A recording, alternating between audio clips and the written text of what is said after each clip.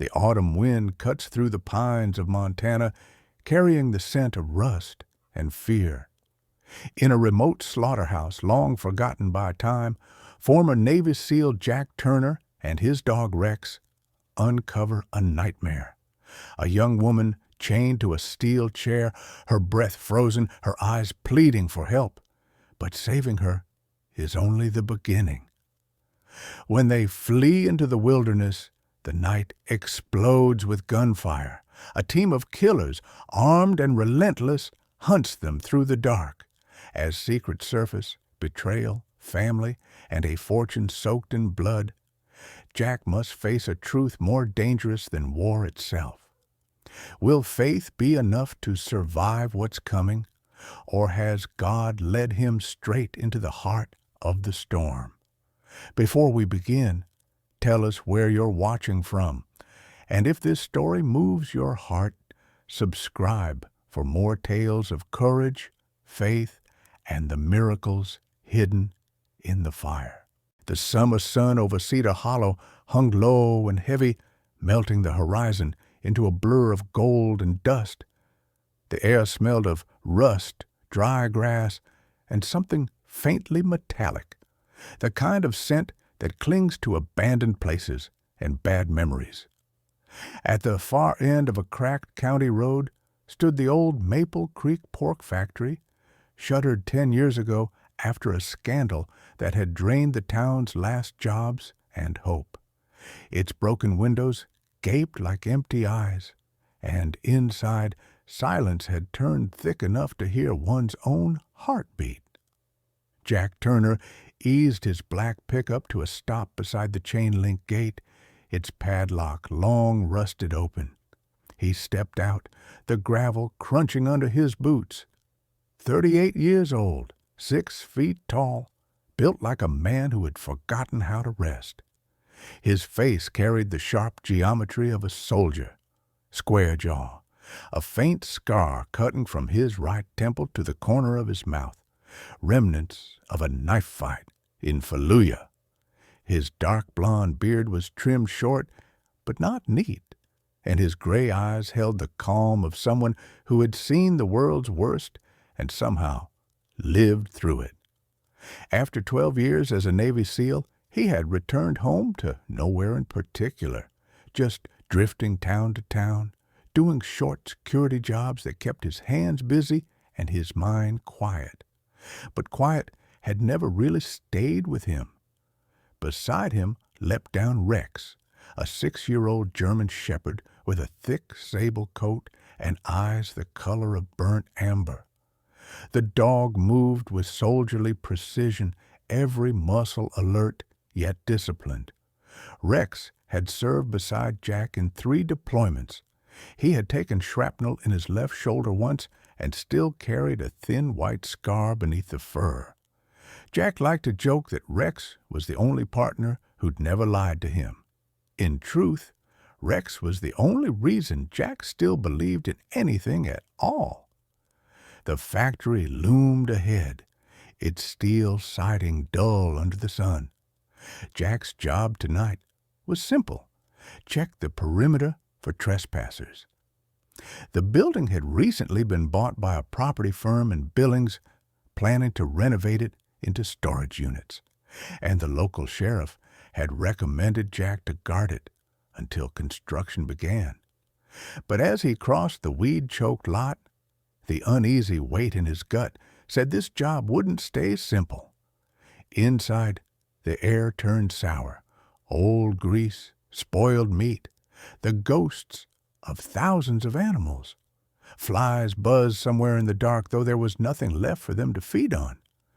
Jack swept his flashlight across the gutted processing floor. Rusted hooks, conveyor belts split by time, puddles of stagnant water reflecting the light like broken mirrors. His boots left faint prints in the dust. Rex sniffed the air, tail stiff. The dog's ears pricked forward toward the back hall that once led to the refrigeration rooms. Jack followed slowly, his flashlight slicing through drifting motes of dust. The sound came then, soft, uncertain, A thud, followed by a breathy moan. Not the wind, not the building settling. Human.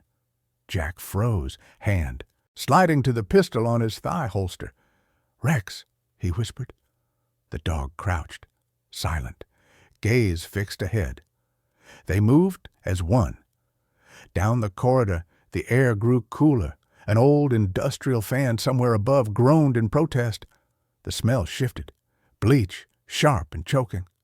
Jack's chest tightened. His instincts screamed cover-up. The door to the cold storage room was half closed. The faded sign still read, "Processing Unit B." He pushed it gently. Hinges squealed. The beam of his flashlight caught a shape in the center of the room, a chair. On it sat a young woman, wrists bound behind the metal frame, head drooped forward. The floor beneath her shimmered faintly wet. "Jesus," Jack muttered. He moved fast, gun ready. "Ma'am, can you hear me?" No response, just the slow rise and fall of her chest. Faint, but there. Rex approached, nose low, whimpering softly. The dog circled once, then pressed against the girl's knees, whining louder. Jack holstered his weapon and knelt. She couldn't have been more than 25. Her long brown hair was tangled and soaked at the ends, her skin pale and blotched with cold.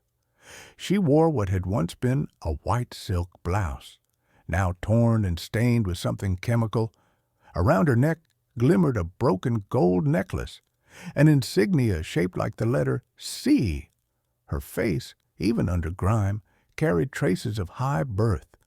Fine bone structure, soft jawline, delicate nose. Not someone who belonged in a slaughterhouse. Jack found a pulse at her throat, weak but steady.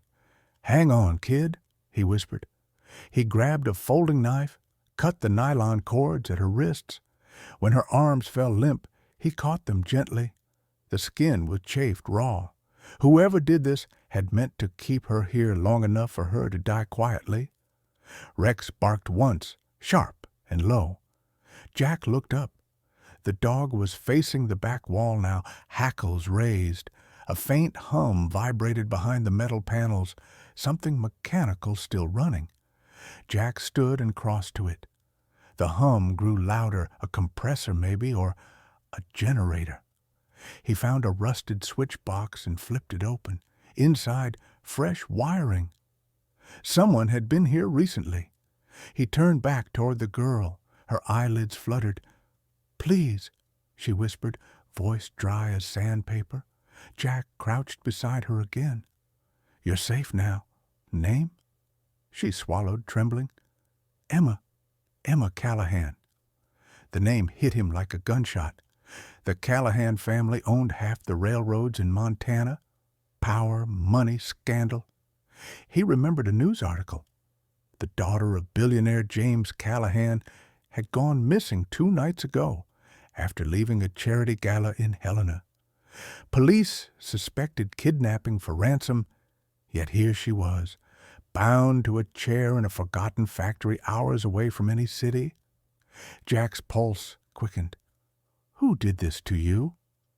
Emma blinked slowly, eyes unfocused but filled with terror. She knows. Who knows? "Vivian," she breathed. "My stepmother. Don't let her—" Her voice broke, and her body went limp again. Jack felt a cold wave crawl up his spine. He checked her vitals. Still alive, barely. He had to move fast. He scooped her up, her body light as a bundle of cloth, and carried her toward the exit. Rex followed close, ears flicking back toward the dark. Outside, the sun was sinking behind the hills, bleeding orange over the abandoned fields.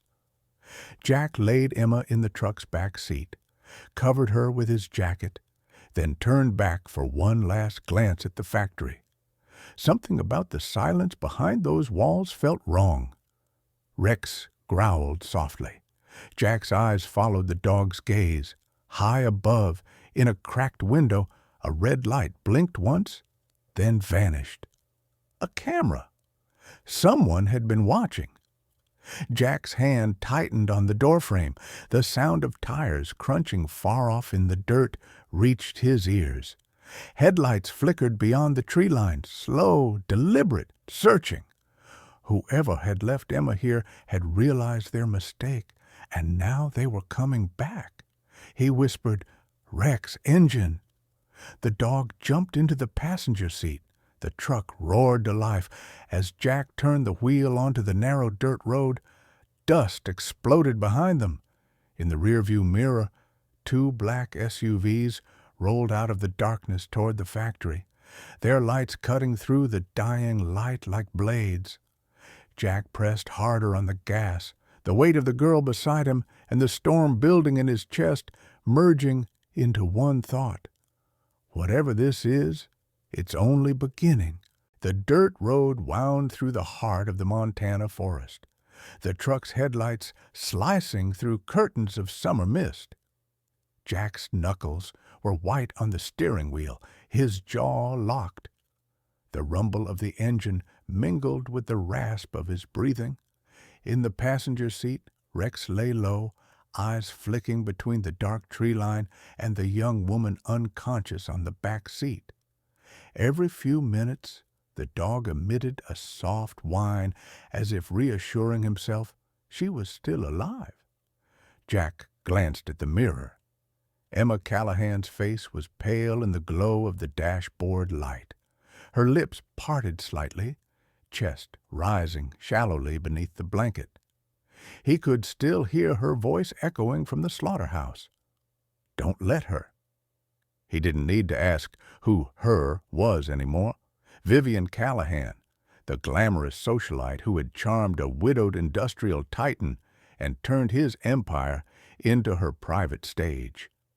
Rumor in the news always painted her as flawless, tall, raven-haired, with the kind of poise that made men stop talking and women start whispering. Jack had seen that type before.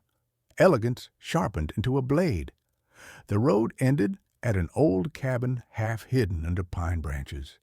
It was small, sturdy, and forgotten, one of the few places Jack could still call his own. He had built it years ago during a brief attempt at retirement before the ghosts of war pulled him back into chaos. He parked behind it, killed the lights, and listened. Crickets, wind, nothing else. Safe enough for now. He carried Emma inside, her body light but fever-hot. The room smelled faintly of pine wood and gun oil. On the walls hung relics of a life spent fighting, a combat knife framed beside a faded photo of his old SEAL team. He laid her on the couch, checked her pulse again, and fetched a canteen of water. Rex settled beside her, head resting on his paws, amber eyes fixed like a sentinel.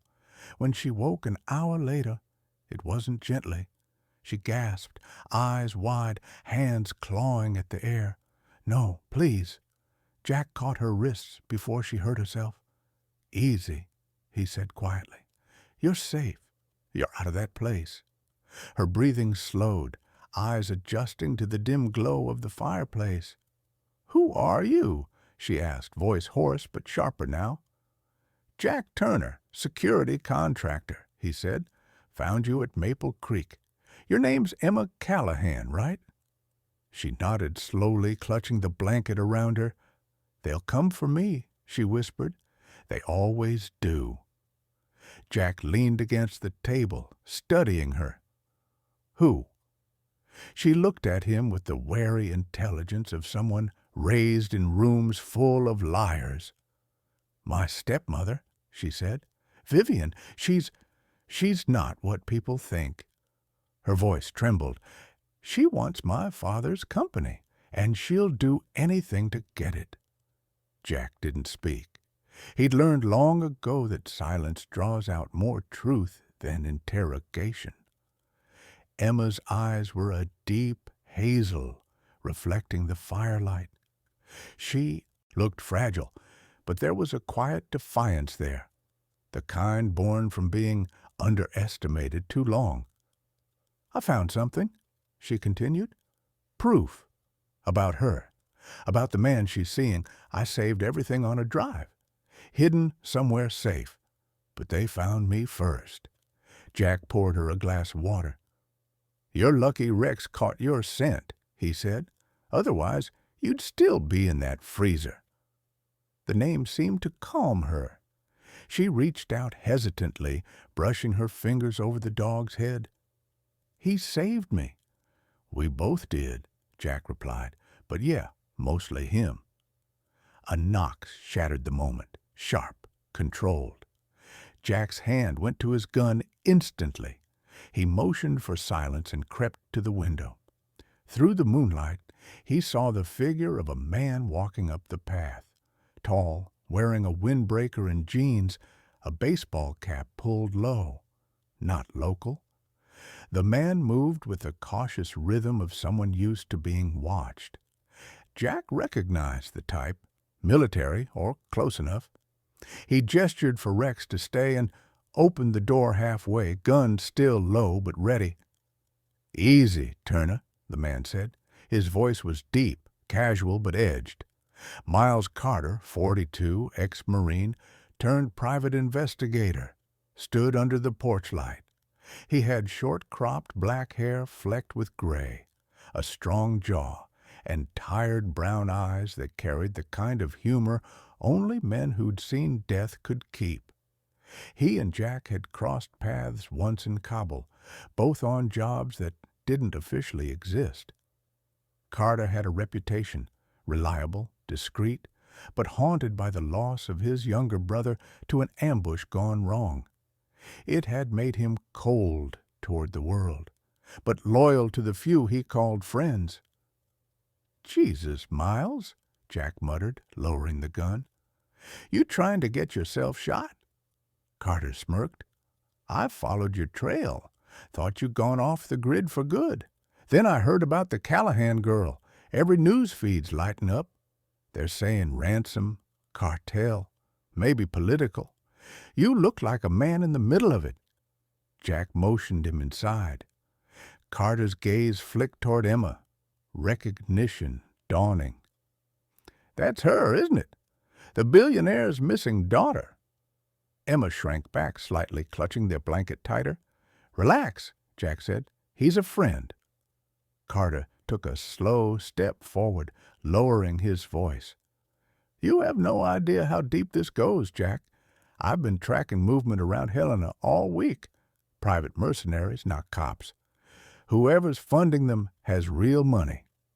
He glanced at Emma. And I'm guessing she's why. Emma looked between them, fear sharpening her voice. She hired them, didn't she? Vivian, she's covering something. My father's been sick for weeks. I think she's poisoning him. Carter's expression darkened. That's a heavy accusation. It's not an accusation, Emma shot back. It's the truth. Jack rubbed his temples, thinking he'd seen corruption eat. Through military units, governments, even charities. Money always found the same rot in people. He turned to Carter. You got contacts still in D.C.? Carter nodded slowly. A few. But if you're thinking about going public, don't. Not yet. The Callahans have lawyers stacked higher than your kill count. You move wrong, she'll bury the evidence before you blink.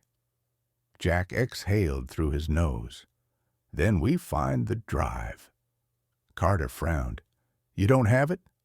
Emma hesitated, eyes darting toward Rex. Jack followed her gaze. The dog lay still, head on his paws. Around his neck, the faint glint of metal peeked from under the collar. You hid it on him? Jack asked, incredulous. Emma nodded. No one would search a dog. It's encrypted, needs a specific key to open. Carter gave a low whistle. Smart girl. Outside, thunder rolled somewhere distant. The wind carried the scent of rain. And something else. Rex's ears twitched. Jack caught the movement instantly. Lights off, he ordered. The room fell into darkness, broken only by the dim red of dying embers. Jack peered through the window again. Down the trail, 2 pairs of headlights had appeared, silent, no engines, just coasting. He recognized the tactic. Mercenary hunters moving in blackout mode. His chest tightened. "They've found us," he whispered. Carter reached for his sidearm. "How?" Emma's voice cracked from the couch. "Vivian has people everywhere. She won't stop until I'm dead." Jack looked to Rex, who was already on his feet, body trembling with readiness. "Not tonight," Jack said under his breath. "Miles, back door. I'll take the front." He turned once toward Emma. "Stay low. Whatever happens, don't run into the woods." Outside, gravel crunched. The shadow of a man passed the porch window, then another. Jack tightened his grip on the pistol. The night outside was alive with wind and approaching danger. Somewhere beyond the tree line, the first raindrops began to fall, hissing softly against the roof. He breathed once, steady and quiet. "Rex," he said, "guard." The dog's low growl filled the cabin, rolling like distant thunder.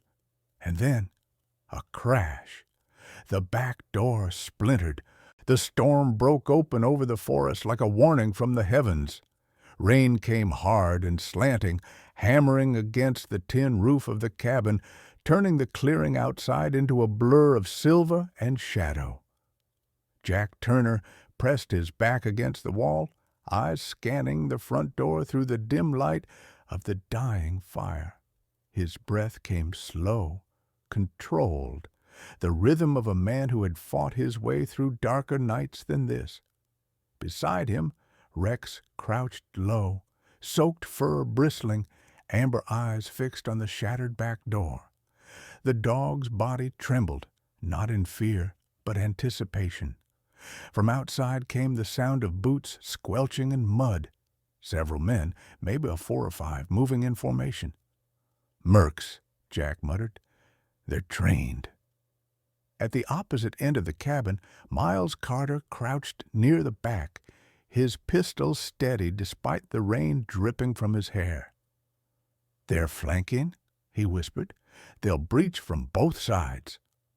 Jack nodded once. "Then we make it expensive." The first breach came fast, a blast that threw the door inward, sending splinters across the floor. 2 men entered, black combat suits glistening under rain, night vision goggles glowing faint green. Jack fired twice, 1 center mass, 1 headshot. Both dropped before they could return fire. Rex lunged past him, slamming into the third, his jaws locking around the man's forearm. The scream drowned beneath thunder. Carter took the last one in his line with a single clean shot to the chest. "Move!" Jack barked. He grabbed Emma by the wrist. She had been crouched behind the couch, trembling but silent, and dragged her toward the hallway. "There's a truck behind the ridge," he said. "We head for it." She nodded, eyes wide, clutching the dog's collar as Rex followed. They burst into the rain, the cold biting into their skin. Lightning flashed, illuminating the forest in brutal clarity. The mud sucked at their boots as they ran down the slope toward a narrow dirt trail. Carter covered the rear, firing controlled bursts into the dark. "3 left," he shouted, then his voice cut off. Jack turned just in time to see Carter stagger back, hit in the shoulder. "Go!" the ex-Marine growled through gritted teeth. "I'll hold them." "Like hell you will," Jack said, shoving Emma behind a tree. He sprinted back, grabbed Carter under one arm, dragging him toward cover. "You're bleeding out." "You think this is the worst I've had?" Carter snapped, wincing. "Just keep moving." A bullet hissed past, tearing bark inches from Jack's face. Rex growled, then darted ahead, cutting through the trees. Moments later, the guttural cry of a man echoed through the rain. The mercenary's body fell into view, throat torn open. Jack didn't look twice. He knew what Rex could do. They reached the ridge, a small clearing with a tarp-covered truck half buried in weeds. Jack yanked the tarp off, coughing as dust mixed with rain. The old Chevy roared to life like a beast roused from sleep. Emma climbed in first, helping Carter, whose face had gone pale but determined. Rex leapt into the bed of the truck, shaking off rainwater. Jack threw it into gear and tore down the mountain road, tires spinning mud. For a few miles, the only sounds were the storm and Carter's ragged breathing. Emma held his shoulder, trying to steady the bleeding with a torn piece of her blouse. Jack glanced at her in the rearview mirror. Her hair clung to her face, eyes dark and focused now, fear replaced by resolve. "You handled yourself back there," he said. She gave a shaky smile. "I've lived around vipers my whole life, Mr. Turner. You learned to stop freezing." The headlights caught movement ahead, a figure standing in the middle of the road, drenched and motionless. Jack slammed the brakes. Mud sprayed in arcs. "Stay down," he said, stepping out, gun raised. The figure didn't move until Jack was 10 feet away. Then it spoke. "Evening, Mr. Turner." The voice was deep, smooth, laced with southern charm. The man stepped forward under the rain. He was in his 40s, tall, dressed in a dark suit that looked absurd under the downpour. His hair was slicked back, his face angular, and a thin mustache framed a smile that didn't reach his cold gray eyes. "Name's Victor Hale. I represent Mrs. Callahan."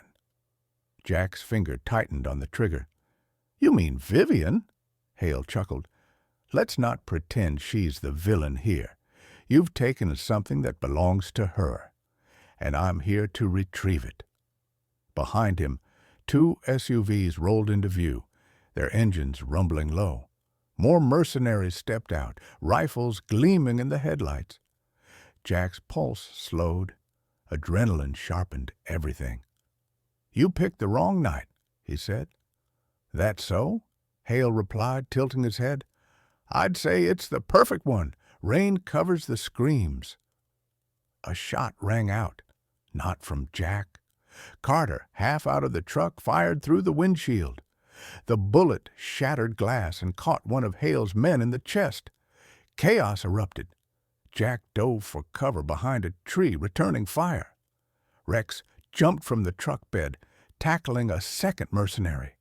The forest erupted in thunder and gunfire, muzzle flashes painting the rain in orange light.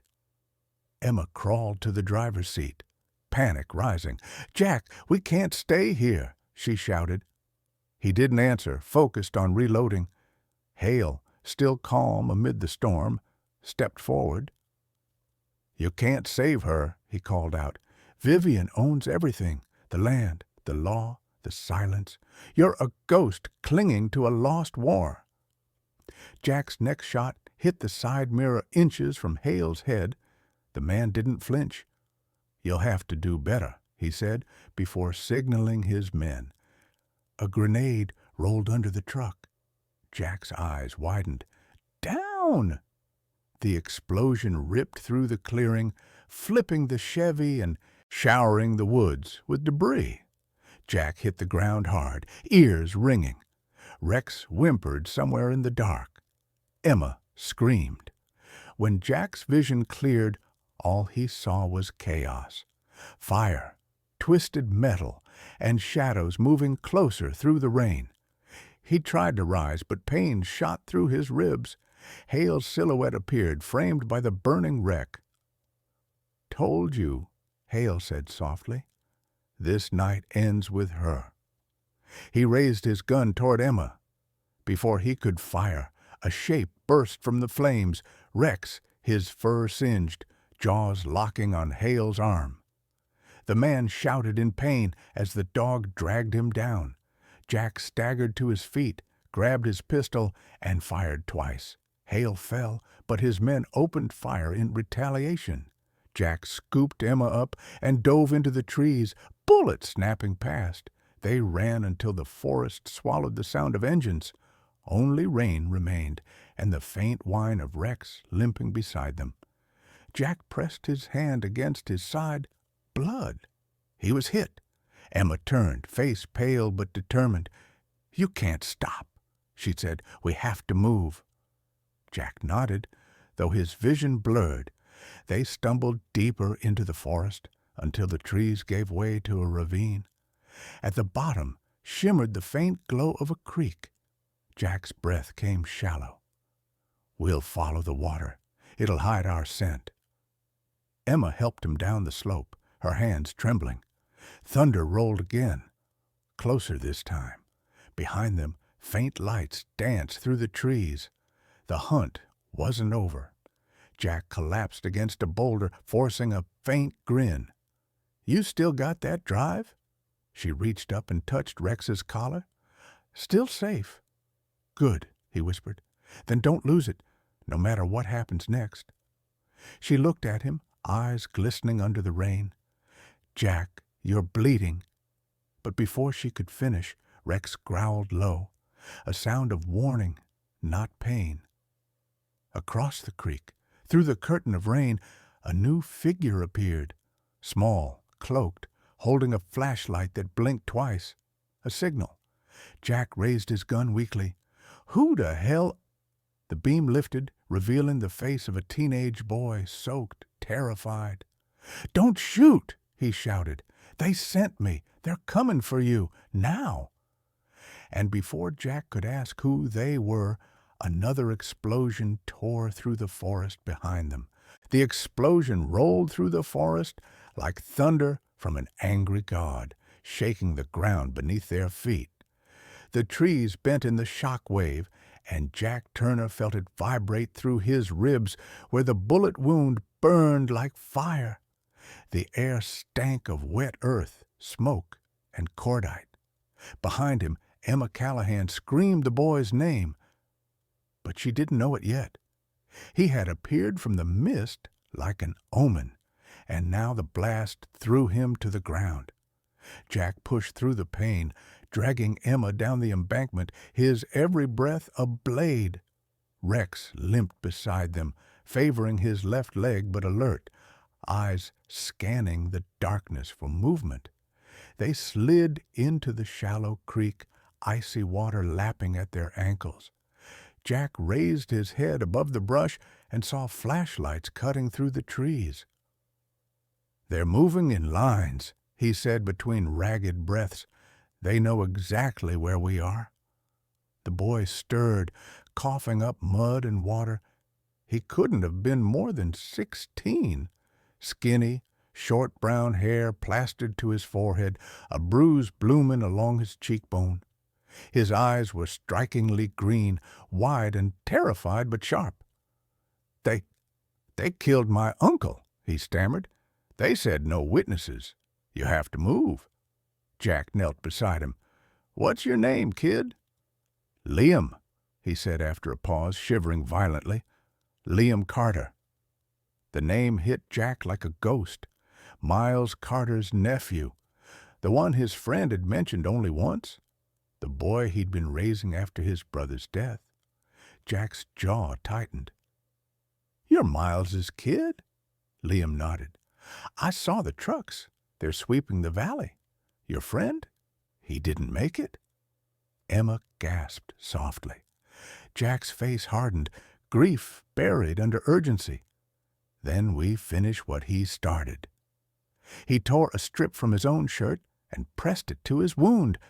Blood seeped through immediately. "Can you walk?" he asked the boy. "Yes, sir," Liam said, though his knees shook.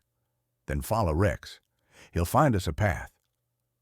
They moved through the creek bed, water splashing softly as Rex led ahead, nose low, tail stiff. The rain had eased to a mist that clung to everything like smoke. Jack's mind raced. Miles dead meant Vivian's reach had grown. She was cutting down every loose end. He couldn't radio anyone. Their communications were jammed. Only the USB drive hidden on Rex's collar still mattered, the proof that could bring down the empire built on deceit. After an hour of stumbling through mud and water, they reached a collapsed hunting shack near the ridgeline. It was little more than 4 walls of warped timber, but it offered cover. Jack motioned them inside. "We stay till dawn," he said, "then we move east to the logging road."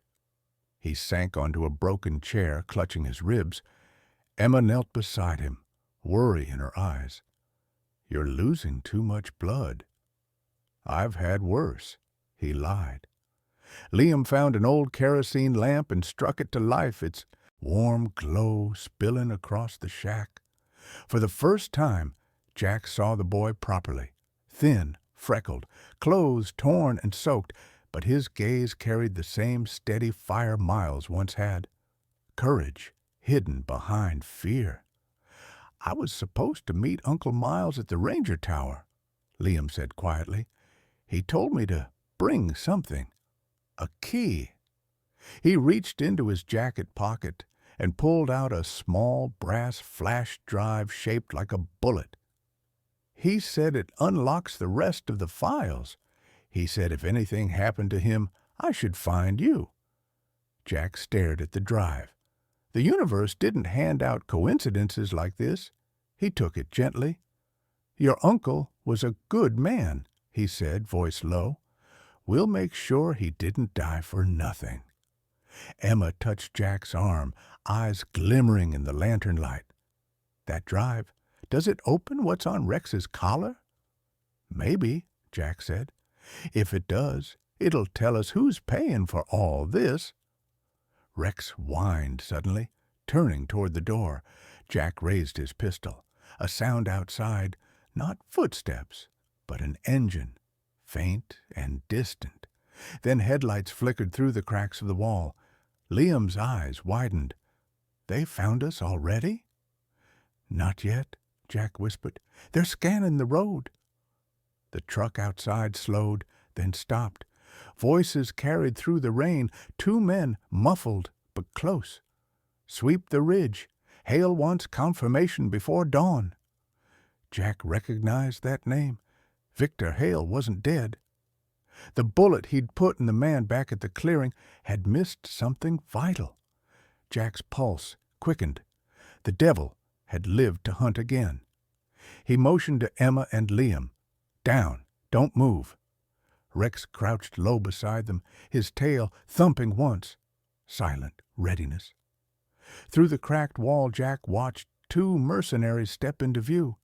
One was tall and broad, bald with a jagged scar down his neck. The other was lean, cigarette glowing between his fingers. Their rifles glinted in the lamplight. "You take the shack," the bald one said. "I'll cover the creek." Jack didn't wait. He moved to the side window, braced his arm, and fired. The shot hit the bald man square in the chest, spinning him backward. The second turned, firing wildly. Bullets tore through the wooden wall, splintering the lamp. Darkness swallowed them again. Rex launched forward, bursting through the door and slamming into the shooter's legs. The man fell with a curse, his weapon clattering away. Jack staggered outside, pain flaring in his ribs, and ended it with one clean shot. When silence returned, only the rain spoke. Jack leaned against the doorway, breathing hard. "They're scouts," he said. "More will follow." He looked at Liam. "That key your uncle gave you, does it need power?" The boy shook his head. "No, sir, just a laptop." "Then we move at first light. There's an old ranger station 10 miles east with solar power. We'll open it there." Hours crawled by. Jack fought off waves of dizziness, while Emma tended his wound with strips of cloth and antiseptic from a long-abandoned first-aid box. The way she worked, steady hands, despite exhaustion, reminded him of someone used to keeping control when the world was collapsing. When she finished, her fingers lingered on his arm. "You can't keep running forever, Jack," she said softly. "Neither can you," he replied, his eyes meeting hers. The silence between them was heavy, filled with everything they hadn't said. Rex suddenly lifted his head again, ears twitching. A low growl rolled from his chest. Jack reached for his weapon. "What now?" he murmured. But this sound was different. Not engines, not footsteps. From outside came a faint mechanical hum, rising like a swarm. Drones. Jack's blood ran cold. "Move!" he shouted. "Out the back!" They scrambled through the rear wall, bursting into the trees as the first drone swept over the shack, its spotlight blazing white through the rain. A second followed, scanning the ground. Jack ducked low, gripping Liam's shoulder. "Don't stop, no matter what." Rex barked once, then sprinted ahead. Emma ran close behind, clutching the small brass drive. Behind them, the shack erupted in flames as gunfire from above tore through it. A precision strike meant to erase all trace. The heat licked at their backs as they reached the slope. Jack tripped, catching himself on a root, pain shooting up his side. Emma grabbed his arm. "Jack, you can't." "Go!" he barked. "Keep moving!" Liam turned, eyes wide. "We can't leave you." Jack forced a grim smile. "You're your uncle's nephew, all right." He shoved the boy forward. "Get her out." Rex returned, whining urgently, trying to tug at Jack's sleeve. But Jack's strength was fading. He pressed his hand against Rex's collar. The drive still safe. "Protect them," he whispered. The dog hesitated, then turned, leading Emma and Liam into the darkness. Behind them, Jack raised his weapon toward the approaching drones, blood soaking his shirt. Lightning flashed, and for an instant his figure stood framed against the fire, a soldier refusing to die quietly. He fired until the clip ran dry, the forest echoing with his defiance. And then the light swallowed him. The forest had swallowed the night whole. Only the faint glow of dawn began to bleed through the mist, painting the horizon in a pale silver. Emma Callahan moved through the underbrush, every breath sharp and shallow. Her boots were torn, her jeans soaked from the rain. Behind her, Liam Carter struggled to keep up, clutching the small brass key like it was the last heartbeat of the man who died to give it to him. Rex, mud-streaked and limping, moved in front, sniffing the air with silent vigilance. They hadn't spoken since the explosion. None of them dared to. The echoes of gunfire still lingered behind them like ghosts refusing to fade. Emma's mind was a whirlpool. Jack's face, bruised, blooded, fading behind the flames, wouldn't leave her. He had told her to run. She had obeyed, but every step away from him felt like betrayal. The weight of his jacket, still wrapped around her shoulders, was heavy with rain and gunpowder, and it smelled faintly of him. Sweat, smoke, and the ocean wind he must have carried from another life. They reached a ridge overlooking the valley. Below stretched a patchwork of logging roads, all empty, snaking through the pines like veins. Emma squinted, spotting an old ranger tower in the distance, barely visible through the fog.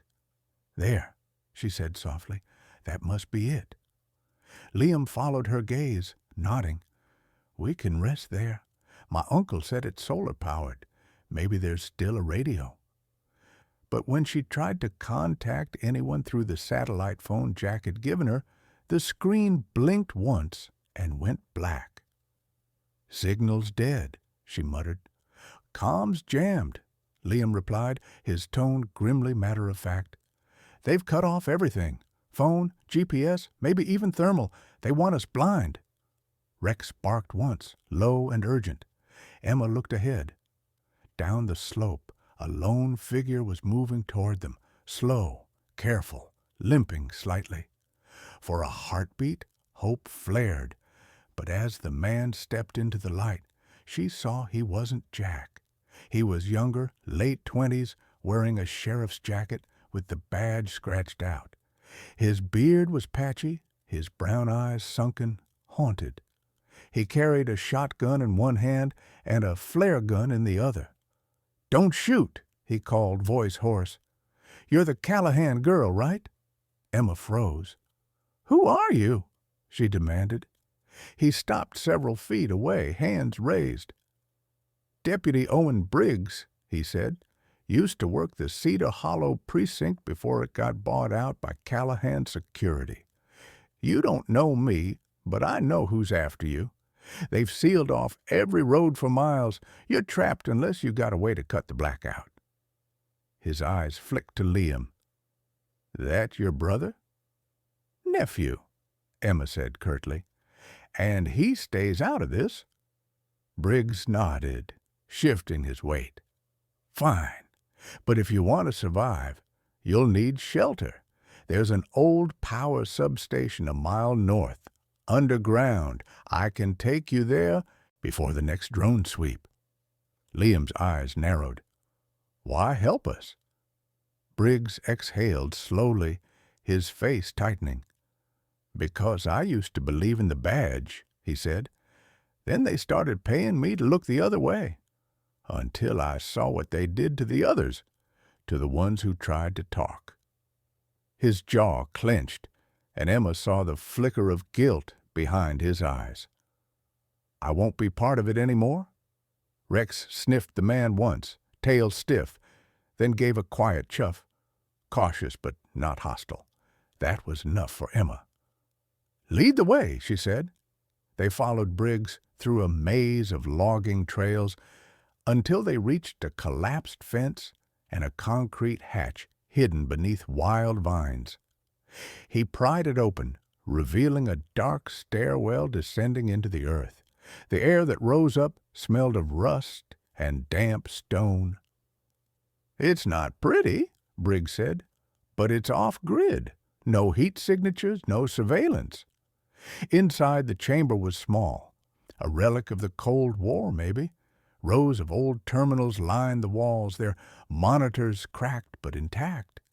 A generator hummed faintly in the corner. Briggs found an old lantern and lit it, bathing the room in amber light.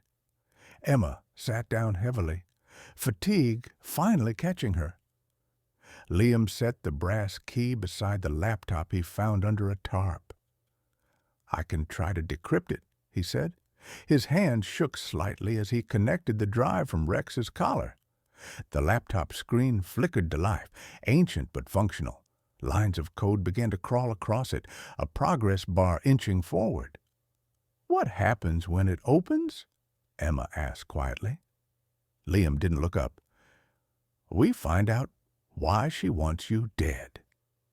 Briggs leaned against the wall, rubbing his temples. "You sure you want to know?" Emma glanced at him. "Not knowing almost killed me once." Minutes turned into an hour. The sound of rain softened above, replaced by the distant hum of power lines. Then the laptop chimed. "It's done," Liam said. On the screen appeared a folder titled Project Seraphim. Inside were documents, financial transactions, offshore accounts, and a set of lab reports. Emma frowned. "What is this?" Briggs stepped closer. "Seraphim?" he murmured. "That was a military R&D code name years ago. Biotech stuff, classified." Emma clicked one file. A photo filled the screen. Her father, James Callahan, standing beside a group of military contractors. Behind them, the logo read Helios Defense Industries. And next to him stood Vivian Callahan, smiling. The caption dated the image 3 months ago, long after her father had supposedly fallen ill. Emma's throat went dry. She's been working with them. Not just working, Liam said, scrolling. She owns a controlling share under a dummy corporation. This isn't about inheritance, Emma. She's building something. Briggs's face paled as he read the next file. Jesus Christ, this is weapon research. Neural targeting systems, human trials. Half the funding comes from Callahan Global. He looked at her, eyes wide. Your stepmother's using the company to test on people, soldiers, maybe civilians. That's why she's cleaning house. Before Emma could respond, the generator flickered. Then the laptop's light dimmed. Liam's fingers froze over the keyboard. No, he whispered. The power, Rex barked sharply, tail rigid. Then came the sound, a faint metallic clang from above. Emma looked at Briggs, alarm rising. He drew his shotgun. They found us! The hatch above groaned. Light sliced through the darkness. Emma grabbed the laptop, shoving it into her backpack. We can't let them get the files. Briggs motioned for them to take cover behind the terminals. There's only one way out, he said. Through the drainage tunnel. I'll hold 'em off. Emma shook her head. You'll die. Briggs gave a wry smile, shoulders squared. Maybe, but not for nothing this time. The hatch blew open, and gunfire ripped through the chamber. Briggs returned fire, shouting for them to move. Emma and Liam scrambled through the narrow tunnel, Rex behind them. The air grew cold and tight, the sounds of the fight fading behind. Then, suddenly, silence. They emerged into the open field behind the substation, gasping for air. Smoke rose in the distance. Emma turned, eyes searching the horizon. Briggs? No answer. Only the steady hum of a drone circling overhead. Liam's voice trembled. They're tracking us again. Emma looked at the rising sun, pale and merciless. Then we run, she said. And somewhere far off above the trees came a new sound, a single gunshot. The sun climbed over the Montana peaks, spilling its weak summer light across the valley scarred by fire and smoke. Emma Callahan walked beside Liam Carter, her breath uneven, her body bruised from running, but her resolve harder than steel. Rex, battered yet alert, trotted ahead, his fur matted with ash and blood. The world smelled of burnt pine and metal, a battlefield turned graveyard. Behind them, the mountain still smoldered where the substation had burned. Briggs's final gunshot still echoed somewhere inside Emma's chest. Every ally they had found seemed to vanish the moment hope appeared, yet this time she wasn't going to run anymore.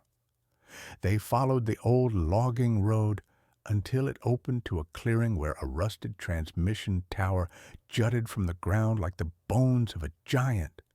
Beneath it sat an abandoned ranger outpost, its roof caved but walls intact. Liam pointed to it. We can rest there, he said, his voice thin, just for a bit.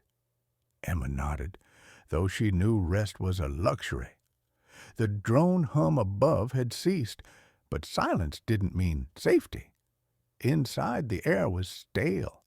Papers were scattered across the floor, the smell of mold thick in the air. Emma dropped her pack and retrieved the laptop, the drive still plugged in. Its screen had cracked, but it flickered to life, displaying the same folder. Project Seraphim. We ended here, she murmured. Liam crouched beside her, hands trembling as he searched through the files again. There's more, he said. It's not just research. There are transfer records. Vivian moved millions into offshore accounts under a company called Argos Biotech. They were developing neurochips for military use. Emma's heart pounded. That's what she's killing for. The patents, the tech. A faint noise made Rex growl. Emma turned sharply, but it wasn't gunfire. It was a cough, deep, rough, familiar. She froze. From the doorway stepped a figure wrapped in torn fatigues, a dark smear of blood on his chest. Jack Turner leaned against the frame, pale but standing, his gray eyes burning beneath the grime. "You didn't think I'd let you finish this without me, did you?" Emma stared, disbelief melting into relief. "Jack, you're alive." He gave a faint smirk. "Mostly." He stepped inside, limping, his right arm in a crude sling. "The drones hit hard, but they aimed high. I hit lower." He nodded to Rex, who barked once and pushed his head against Jack's knee, tail thumping weakly. Jack knelt, pressing his forehead to the dog's. "Good boy," he whispered. Liam exhaled, almost laughing. "You're like a ghost, sir. We thought—" "Not yet," Jack said, his tone quiet but iron. "We still have work to do." Emma showed him the screen. Jack studied the files, his jaw tightening as he scrolled. "These documents, if we get them out, it's over for her." "But the blackout—" Liam began. Jack cut him off. "There's still one place she can't control, the Callahan estate itself. They have their own satellite uplink for private trading. If we get in, we can transmit everything directly to federal channels." Emma's breath caught. "You mean go back there?" "It's the only way," Jack said. "Vivian won't expect it." By late afternoon, they reached the outskirts of Cedar Hollow Manor. The sprawling Callahan estate sat upon a hill of glass and stone. The property shimmered in the sunlight, guarded by men in black tactical gear. Jack crouched in the tall grass, scanning with binoculars. 12 outside, more inside, motion sensors on the south wall. He turned to Liam. "Can you cut the power grid?" The boy nodded nervously. "If I can reach the junction box near the garage." Jack placed a hand on his shoulder. "You can. You're Carter blood." The infiltration began as dusk settled. Liam slipped through the drainage ditch toward the control panel, while Emma and Jack circled the garden wall. Rex moved ahead, ears twitching, guiding them through shadows.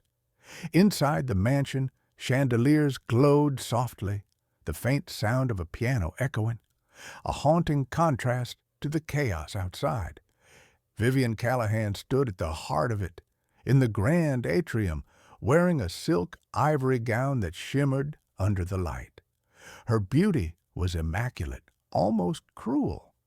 She was tall, her dark hair coiled elegantly, and her green eyes carried the coldness of someone who mistook control for divinity.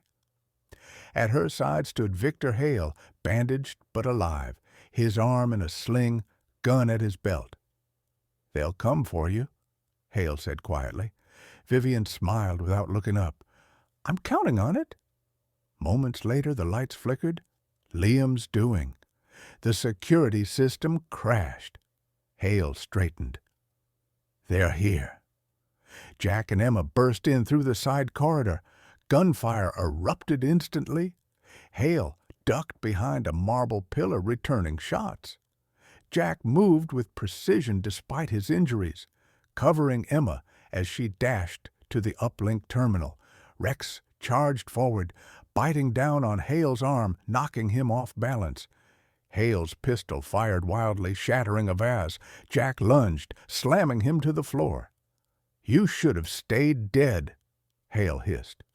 "So should you," Jack growled, driving his elbow into Hale's throat. The man went still. Emma plugged in the drive. The monitor flashed, uploading data to federal network. Vivian turned, calm even as chaos unfolded. "Emma, my dear," she said, voice honeyed, "you don't understand. This is evolution, not evil." "You murdered people," Emma spat. "You poisoned my father." Vivian tilted her head slightly. "He was weak? The world doesn't need weak men." Jack raised his gun. "World's had enough of your kind." Vivian smiled faintly. "And yet you still serve them." She reached behind her gown, drawing a pistol so small it glittered like jewelry. She fired. The shot rang out like a bell. Jack staggered. Then another shot cracked from the stairs. Liam stood there, holding Briggs's old shotgun. Vivian froze. Blood spread across her gown. Her lips parted, not in pain, but disbelief. She collapsed onto the marble, eyes staring blankly at the glass ceiling. The silence afterward was immense. The upload completed, confirmation tone chiming softly. Jack sank to his knees, clutching his side where blood seeped anew. Emma dropped beside him, tears cutting through the soot on her cheeks. "Don't you dare," she whispered. "We made it," he said with a faint smile. "That's enough." Outside, sirens began to wail, real ones this time. The estate flooded with flashing red and blue lights. Liam stood motionless, shotgun slipping from his hand. Rex nudged Jack's arm, whining. The soldier looked at his dog one last time. "Take care of her, boy." The medics arrived minutes too late. Days later, news swept across the country. Project Seraphim exposed. Billionaire widow arrested, posthumously linked to human experimentation scandal. The Callahan name was ruined, but justice had its cost. Months passed. Summer waned. In a quiet coastal town, Emma opened a foundation, the Turner Project, devoted to protecting veterans and whistleblowers. A bronze statue of a man and his German shepherd stood at the entrance, facing the sea. Beneath it, an inscription read, "For those who fought in silence so others could speak." Every morning, she walked her rebuilt life with Rex at her side, now older, calmer, his muzzle grayed by time. Some nights, when the wind rose off the ocean, he would sit by the door, ears twitching, as if hearing a familiar footstep approaching from the dark. And Emma would whisper, "We're safe now, Jack." But deep down, she always wondered if somewhere out there beyond the horizon, a man with steel-gray eyes was still watching, guarding her from the shadows. Sometimes miracles do not arrive as blinding lights from the sky. They come quietly through the hands of those who refuse to give up. Jack Turner was not an angel, yet God sent him when hope seemed lost. His courage, his sacrifice, and the loyalty of a dog named Rex became the bridge between darkness and redemption. Perhaps that's how God works in our world, through ordinary people who stand up when everyone else turns away, through quiet acts of love, through a single choice to protect rather than destroy. Because faith isn't always about waiting for a miracle. Sometimes you are the miracle someone is praying for. So tonight, wherever you are watching from, take a moment to thank God for the unseen guardians in your life, the people, the animals, the small mercies that kept you standing when life tried to break you. If this story touched your heart, we invite you to share it. Leave a comment about your own miracle and subscribe to join our growing family of faith and hope. May the Lord bless you and your loved ones, give you strength in your darkest hours, and send you your own Jack and Rex when you need them most. Amen.